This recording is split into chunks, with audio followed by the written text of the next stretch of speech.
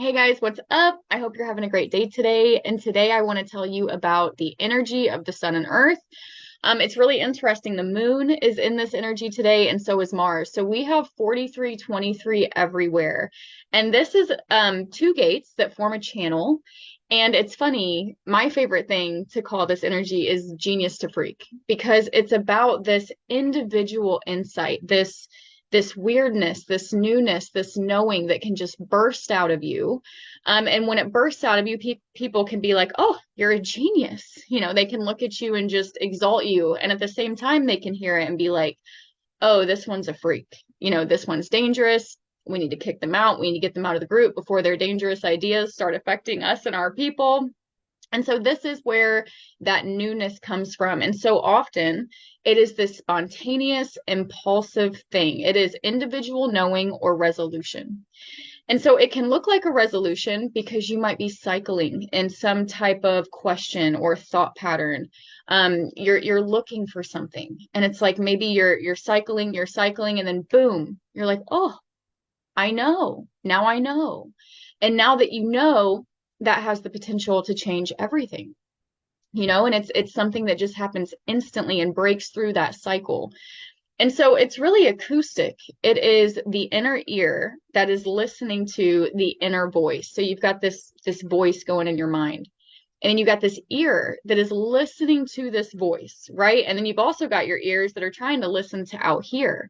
And so this energy can be really deaf because it's trying to listen to its inner voice, it's trying to listen to the outside, and that inner voice takes precedence. So it's like if that inner voice is talking to them while you are also talking to them, my guess is that they're going to hear what their inner voice said and not what you said. And I think that that's something that people can really start to like get down on themselves about, and they're like, oh, like I just listened to come back, I'm not listening to listen. And it's like that thing can be a challenge, but if you know that some people deal with this, some people don't, then it can be okay that you do, and you can find your balance in that. And you can also realize how valuable it can be for you to be deaf, for you to be listening to yourself in there, because what happens is it protects you from being conditioned. It will protect your individual knowings and insights so that you can continue to move with them and assimilate them, create your own understanding that has been taught to you by life, by your own knowings, by your own experiences, and not what you've been told, not what you think could, should, would happen. It's like a very in the now, personal, individual process. And so it's focused on the inner voices and sounds, and it's really only interested in its own insights. That's part of it not being allowed to be conditioned. It's a very pure thing, this genius to freak energy, and we need it. It can feel so rejected. And that is the big fear here. It's the fear of rejection. If I can't get my knowing out, they're not going to like me. They're going to reject me. They're going to kick me out of the group. And then what am I going to do? Right? This is like the individual's biggest fear. And so the thing about this is that it must understand things by itself. And that's hard, especially when you're concerned about getting kicked out of a group. Of course, you want to listen and take in the same information, see it the same as everybody else. But it's like you have to honor your individual self, and if you come to the understanding by letting experience unfold, coming and having your unique breakthroughs, that's just the way that you are, and that can be okay. I have 43, and so I can be very stubborn in my knowings and understandings, and I have to get it for myself. I can hear someone tell me something over and over again, and that's cool. But until it's happening in my own experience, it can't be real to me. It just can't, because I don't understand. I've never experienced it. I hear what you're saying. I could maybe imagine what that would be like, but I really, until it's given to me, I just don't get it. And that's something that I've completely made peace with. And all individuals can make peace with that. It's like that can be a saving grace at the end of the day. And so this energy can be really melancholic over, lack of efficiency. Like this isn't working out. This doesn't work. This doesn't work. We're spending too much time and energy. How are we going to make this better? How are we going to stop being so hard on ourselves? How are we going to accept everyone and that person and mine and all of these things. And so it's like it can be very melancholy over people not being included. It's all about eliminating intolerance and being like, look, there's a space for everyone in the collective. Like, oh, you're different. There's a place for you. Maybe it's not here, but there is a place for you. And that is so good and beautiful. It's so lacking in judgment and just letting people be their unique mystery that they are. And so I think this is super cute. It says it converts knowledge into insight. And I understand this. It's like my whole life has been about helping people. And so I focus on that like really compulsively my whole life. And I remember at one point I was like, well, how am I going to help people, build a business? And I'm thinking about all these concepts and I'm building my own business. I'm watching how I'm doing that. I'm telling them what I'm doing, right? I'm speaking about my past. I'm sharing the painful parts. I'm sharing the happy parts. I'm sharing what life has given to me. And such a problem, is that a lot of people are unable to do that. They cannot be open. They cannot share their past, their real feelings, be transparent about their life. They don't want to share problems, and they're scared. They're scared to be rejected. And I feel like through collecting these different ways of trying to help them retire in their business, it's like one day it was like, boom, it was like an explosion inside me. And I was like, I literally don't know anything about them. I don't know where they've been. I don't know where they're going. I don't know what life is trying to show them, but making them into me, it's cool, but I would rather help them become them and to really, if we can't look at our past, why? Is there pain blocking that? Because there's things there for you. There's things there for you, that have carried you to this place in the present. And if we can like look at these things and bring those things with us without them being so bad, maybe we're going to start to see where your place is. And so I'm so passionate about, finding people's differences and seeing new ways to help people. And that came from my whole life of knowledge and assimilation just bursting into this individual insight that's like, oh, everyone's different. I don't know for them. I don't know. Only they could possibly know. And they're looking at me like I know. And so it was like the beginning of this journey. And the hardest part about it was having to learn how to explain what I came upon for myself, and I look at someone and I'm like, well, today I know that I can't really help anyone. Life's helping them. And I can help them kind of like align to that or not, I guess. But it's like I really don't know for them.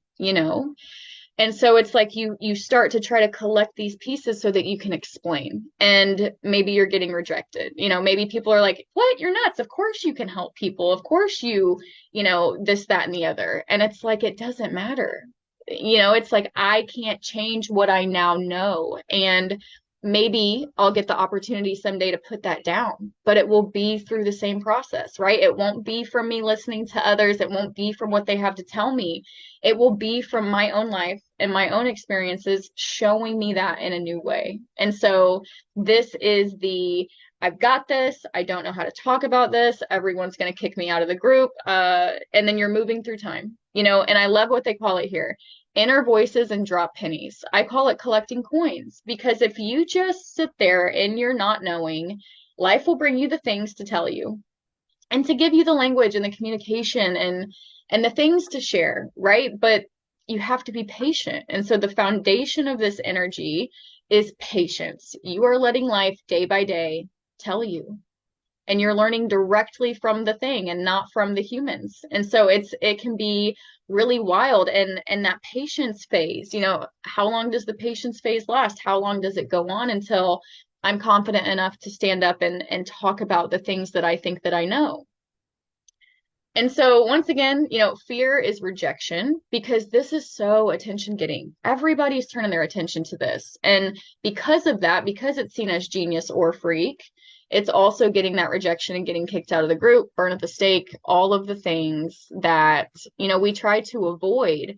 And really, this next gate, the gate that the earth's in, we're grounded in 23. This is the gate that really shows up to avoid getting burnt at the stake. This is the gate that's all about expressing that knowing And so that expression of these knowings, it really is about eliminating intolerance. And so it's not about what is right and wrong or good or bad. It's like the best examples of this for me come through my children, because my boys will be like, did you know that this finger in America means something very bad? But if you go to China, it's like this finger means something very bad. They're like, can I use this finger here in America? Like if it's bad in China and da da da. And it's like, that is so interesting, right? It's like it's not about what's good and bad. It's like I can sit here and put meaning on this pencil and say mechanical pencils are bad from now on until forever. And I can make a great marketing campaign and start convincing people that pencils are bad or good or whatever, but it's really not about that. It's really not. It's about standing up in your differences and being like, look, this is how I'm different and this is allowed because I am here. I wouldn't be here if this difference wasn't allowed, and it's about being in that difference, not because it looks good or because it looks bad, but it's just because it's what you are and you don't have a choice to be something else. And that to me is so freaking beautiful. And so this is the impulse to pass on individual knowledge or not. This is what I've gained in my experience. Here you go. And truly, it's best to wait until it's invited. The situation, life will bring it out of you if it's valuable for that moment. And until then, just, keep your knowings for yourself. Let them be between you and God. The place where you keep your secrets. It's like that's where your knowings can be until someone else pulls them out of you because they're actually going to serve that moment or be valuable for that person. That is also the way to eliminate, the rejection and getting burnt at the stake, because you only bring it out when it's time and when it serves them and you and life, and everybody can feel good in that place. And so this is the process of taking in and fully understanding information or ideas. And I think that that's why it might look so ingenious or freaky and sometimes even incoherent. It's like when I first got my big thing, I couldn't speak. I struggled to make eye contact with people. And I was like, wow, like now that I have this inside of me, I don't even know how to talk. Like, I don't know how to make eye contact with people. I don't know how to go to the mall. Like mine was very, very much an entire experience. And I had to kind of be there with that. And I kind of had to allow myself to fully understand so that it could be translated into information at all. And so as we're bringing this stuff out and we're eliminating intolerance, we have to understand that individuals cannot survive in an intolerant world. Me as an individual who can't explain what I know, I'm in danger. People are like, oh, this one's crazy. We got to send her to the loony bin. We've got to get her on medication. And then people are going to start creating ideas about what you need to do, should do, would do, could do. And that doesn't mean that it's true. Sometimes it can be incoherent, and truly it just needs time. It needs time to sort itself out. And that doesn't mean that it doesn't need help, because I'll tell you what, I help myself so much just from talking it out with people who like to talk about those things. There's always people who will go there with you and who will let you untangle yourself with them. And they'll be there at the perfect times. You just have to be open-minded and ready to receive them as they show up in your life. And so let's see. Ready to be shared at the right moment, waiting until asked, so important. And this is the only way people can understand and use it. So if I give this to someone at the wrong time, I can expect to kind of get rejection. Even if they're nice about it, they might just be like, oh, I can't really see it like that. And then they might just kind of continue. And that's totally okay.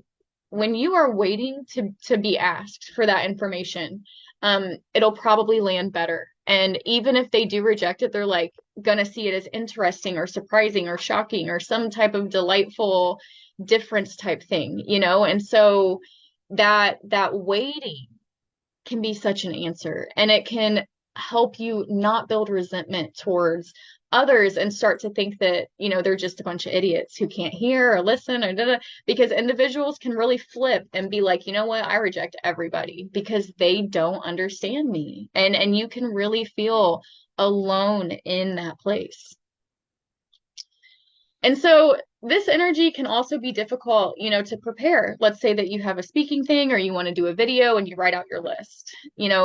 These insights can come at any point in time. And so it's like your list might not keep you on topic. You might just burst something out and start going into some individual insight. And that can be something that can feel like, what the heck? Why do I do this? Why do I always go off topic and say these random things? But if you see that you have this energy, you can just allow that. And you can be like, when I do that, it's for something. And if you notice that it's not really landing right, you can kind of start to structure that and find balance with that. Find balance in the way that you receive the inner voices and then share the inner voices. You can start to kind of put your attention there and untangle that process for your own self. And so today, third line day, be careful in your explanation because today is really the day that we can kind of like come together or break apart. We can reject people hard for what they know or what they're doing or where they're going right now. And so that can be hard. The person can be seen as dangerous and not good for the group. And, it is hard to continue moving forward when your people see you as dangerous or as someone who's mentally unstable or someone who doesn't know, where they're going. And it's like at the end of the day, no one knows for you, and I know that that keeps me so tolerant. I know that I don't know for anyone. And I know that even the path of addiction, it's just as great as Jesus's path. I know that so many addicts find self, life, God, complete life transformations. It's like no one knows your path, and every single path is valuable. And if we can all know that, we can continue walking in the direction that life is taking us, regardless of the external opinions of others. And so if you would like to work with me, I'd love that. I offer sessions, alternative therapy, which is really where I allow you and your path. And, I believe the things that you say, and I see the things with you and help you kind of untangle where you are and find your right place in the now. I also offer human design initiations where I help people make decisions inside their body instead of their mind so that they have something, more stable, something that does know for them, something that doesn't constantly get conditioned by words and thoughts and the sights and the sounds, something that is more solid, more knowing for your life, your individual trip. And so I love you guys. I'll be back soon. Shoot me a message if you want to talk about any of my offerings, and I'll come back tomorrow. Have a good day, guys.